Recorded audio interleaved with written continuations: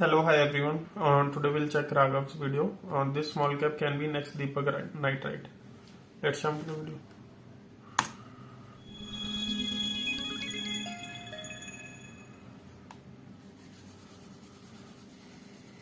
नमस्कार, मैं राघव कुमार आपका बहुत स्वागत करता हूं राघव्स वैल्यू इन्वेस्टिंग में। जब भी हम किसी सेक्टर में एनालिसिस शुरू करते हैं, यानी कि हम किसी सेक्टर में सोचते हैं कि ये सेक्टर अच्छा परफॉर्म कर सकता है और हम उस सेक्टर में इन्वेस्ट करना चाहते हैं, तो दो तरह की कंपनीज होती हैं जो हमें बहुत ज़्यादा अट्रैक्ट करती हैं। सबसे पहले होते हैं मार्केट लीडर्स, यानी कि उस सेक्टर में जो सबसे बड़ी कंपनीज हैं जो कि मोनोपोली पोजीशन एंजॉय करती हैं और काफ़ी अच्छा मार्केट शेयर कैप्चर कर चुकी हैं। उन कंपनीज में ऑब्वियसली ज़्यादातर म्यूचुअल फंड हाउसेज भी, यानी कि DIIs और FIIs भी बुलिश रहते हैं। और अगर आप मीडिया में देखें, चाहे प्रिंट मीडिया हो या न्यूज़ मीडिया हो, तो वहाँ पे भी इन बड़ी कंपनीज का डिस्कशन चल रहा होता है। तो इन बड़ी कंपनीज के एनालिसिस एक्चुअली ईजी हो जाती है और इनमें इन्वेस्ट करने से पहले ज़्यादा सोचना भी नहीं पड़ता, क्योंकि अगर देखा जाए तो जो कंपनीज एक लीडरशिप पोजीशन एंजॉय करती हैं उनमें स्टेडी ग्रोथ रहने के चांसेस काफ़ी ज़्यादा होते हैं। फिर दूसरी तरह की कंपनीज जो हमें अट्रैक्ट करती है वो होती हैं उस सेक्टर की छोटी प्रॉमिसिंग कंपनीज, जिनको हम स्मॉल कैप ग्रोथ कंपनीज बोलते हैं, और वहीं से निकल कर आते हैं स्मॉल कैप ग्रोथ स्टॉक्स। ये वो कंपनीज होती हैं जो कि उस अच्छे सेक्टर में छोटी कंपनीज हैं बट अच्छा बिजनेस कर रही हैं और बड़ा बनने का पोटेंशियल रखती हैं। अगर हम ऐसी कंपनीज को सिलेक्ट करके उनमें इन्वेस्ट करते हैं तो जब जब ये कंपनी ग्रोथ लेगी, हमारे स्टॉक की प्राइस बहुत ऊपर जा सकती है। एज इन्वेस्टर्स हमको बहुत फायदा हो सकता है। इसमें कुछ चैलेंजेस होते हैं। सबसे पहला चैलेंज तो इन कंपनीज को सिलेक्ट करना होता है। दूसरा चैलेंज ये देखना होता है कि कितना पोटेंशियल ग्रोथ का इन कंपनीज में है और क्या चैलेंजेस इस कंपनी के सामने आ सकते हैं। इस रिसर्च को सिंप्लीफाई करने का एक आसान सा तरीका ये है कि हम अपनी पसंद की स्मॉल कैप कंपनी को मार्केट लीडर के साथ कंपेयर करें, यानी कि हम जिस कंपनी में इन्वेस्ट करना चाहते हैं या हम सोचते हैं कि इस कंपनी की हमको एनालिसिस करनी है, कितना बड़ा ये कंपनी बन सकती है, उसको मार्केट लीडर के साथ 1-to-1 कंपैरिजन में रख दें।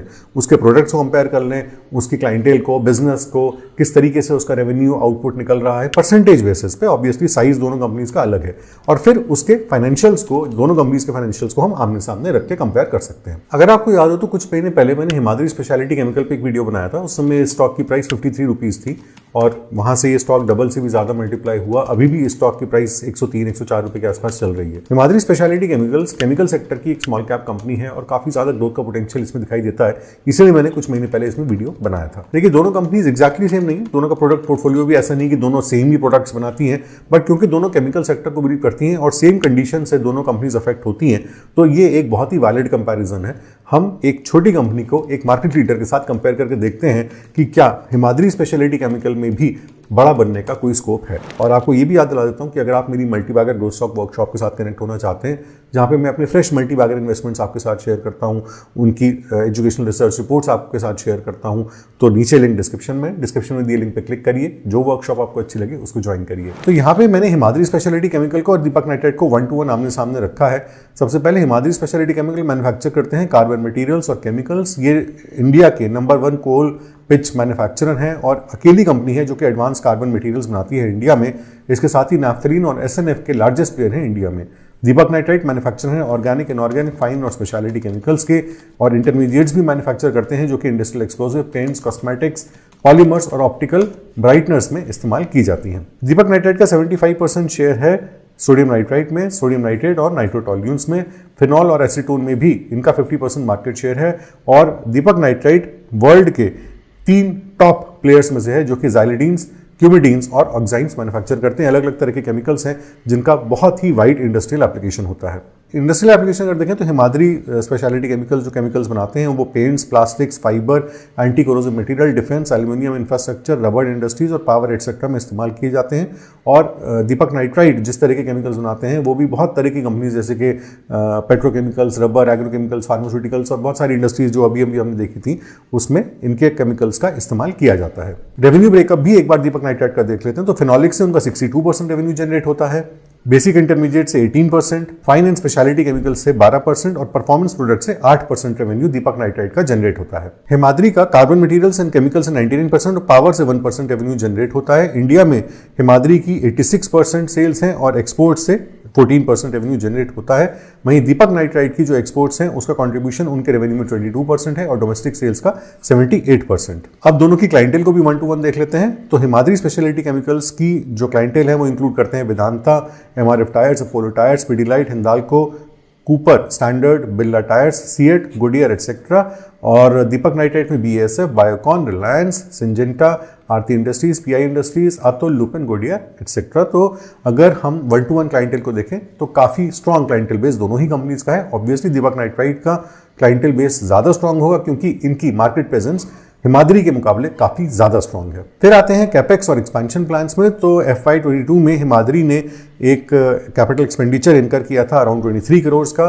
वहीं दूसरी तरफ दीपक नाइट्राइट ने भी अनाउंस किया है कि वो आने वाले कुछ सालों में 300 करोड़ रुपए का इन्वेस्टमेंट करेंगे नए प्रोडक्ट्स में, जो कि बेस्ड होंगे एनवायरमेंटल फ्रेंडली टेक्नोलॉजीज पे और इस्तेमाल उनका होगा एग्रोकेमिकल और फार्मास्यूटिकल इंटरमीडिएट्स में। इसके अलावा 100 करोड़ रुपए का उन्होंने एक फंड कमिट किया है वेरियस ब्राउनफील्ड एक्सपेंशंस में, एग्जिस्टिंग प्रोडक्ट्स के ब्राउनफील्ड एक्सपेंशंस में। ब्राउनफील्ड एक्सपेंशन का मतलब होता है कि अगर आप किसी दूसरे कंपनी की बनी बनाई फैक्ट्री को खरीद लेते हैं जहां पे अब आप अपना प्रोडक्ट मैन्युफैक्चर कर सकते हैं जो आप करवाना चाहते हैं, इसको कहते हैं ब्राउनफील्ड एक्सपेंशन। इसके अलावा दीपक नाइट्राइट अगले 2-3 सालों में 1500 करोड़ रुपए का और इन्वेस्टमेंट भी करना चाहते हैं न्यू डाउनस्ट्रीम प्रोडक्ट्स में और सोफिस्टिकेटेड केमिस्ट्री प्लेटफॉर्म्स में। अब देख लेते हैं कि दोनों कंपनीज का फोकस कहां है। तो हिमाद्री का जो इस समय फोकस है वो है लिथियम आयन बैटरीज के रॉ मटेरियल्स को मैन्युफैक्चर करने में, और वहीं दूसरी तरफ दीपक नाइट्राइट का फोकस है नए वैल्यू एडेड डाउनस्ट्रीम प्रोडक्ट्स को लॉन्च करने में। अब हम दोनों कंपनीज के फाइनेंशियल एस्पेक्ट को कंपेयर कर लेते हैं। तो हिमाद्री की मार्केट कैप है 4200 करोड़ के आसपास और दीपक नाइट्राइट की 30,500 करोड़।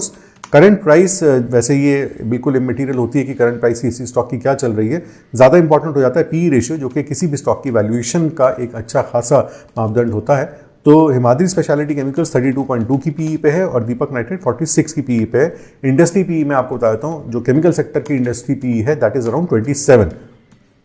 ROCE और ROE अगर देखा जाए तो दीपक नाइट्राइट डेफिनेटली बहुत आगे हैं ROCE और ROE में, और इसीलिए ये एक मार्केट लीडर है कि इतने बड़े पोजीशन पे होने के बावजूद भी इन्होंने अपनी प्रॉफिटेबिलिटी को बहुत हाई लेवल पे मेंटेन कर रखा है। फेस वैल्यू हिमाद्री की ₹1 है और दीपक नाइट्राइट की ₹2।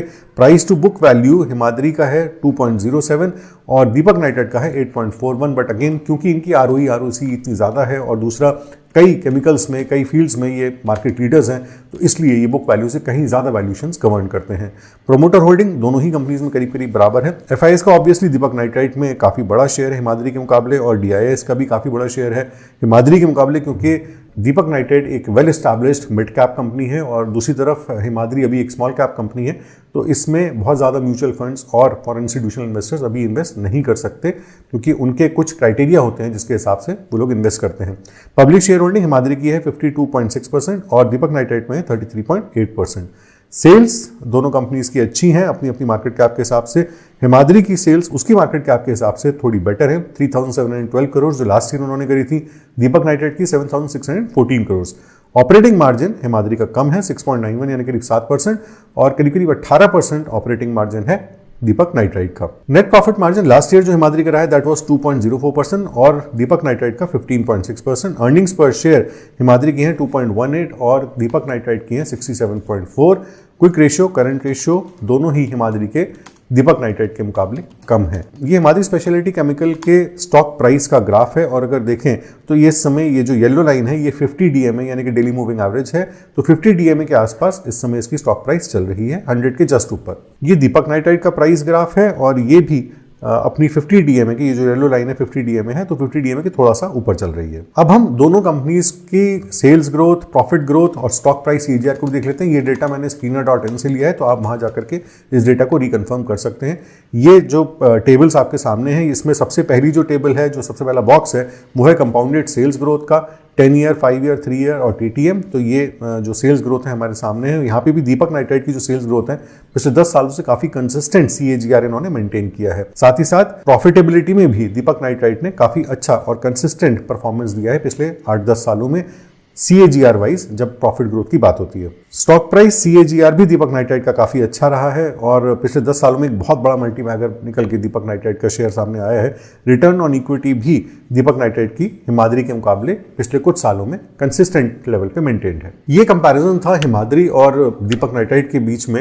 अब आप इसको किसी तरह की इन्वेस्टमेंट एडवाइस मत समझिएगा, ये सारी इंफॉर्मेशन आपके यूज के लिए थी कि शायद आपको हेल्प मिले इससे। अगर आप किसी भी तरह का इन्वेस्टमेंट डिसीजन लेना चाहते हैं हिमाद्री में या दीपक नाइट्राइट में, तो आपको इस कंपैरिजन से और इस सारे एनालिसिस से, डिस्कशन से थोड़ी हेल्प मिल सकती है। केमिकल सेक्टर, पर्सनली स्पीकिंग मैं बहुत बुलिश रहता हूँ केमिकल सेक्टर के ऊपर, क्योंकि इस समय जिस तरीके से हम आत्मनिर्भर भारत की तरफ जा रहे हैं, मेक इंडिया की तरफ जा रहे हैं, और पूरी दुनिया में India as a manufacturing hub अब हम इस्टेब्लिश होना चाहते हैं। मैं ये नहीं कहूँगा कि इस्टेब्लिश हो चुके हैं, अभी बहुत लंबा सफर है जिसमें हमें as a manufacturing hub establish होना है, और साथ ही साथ हमारी इकोनॉमी को भी एग्रीकल्चर बेस्ड इकोनॉमी से शिफ्ट होकर मैन्युफैक्चरिंग बेस्ड इकोनॉमी पे आना है। तो उसके लिए केमिकल सेक्टर एक काफ़ी प्रॉमिसिंग सेक्टर है और काफ़ी लंबे समय तक इसमें ग्रोथ बनी रहेगी। इन्वेस्ट हिमाद्री में करना है, दीपक नाइट्राइट में करना है, दोनों में करना है, या किसी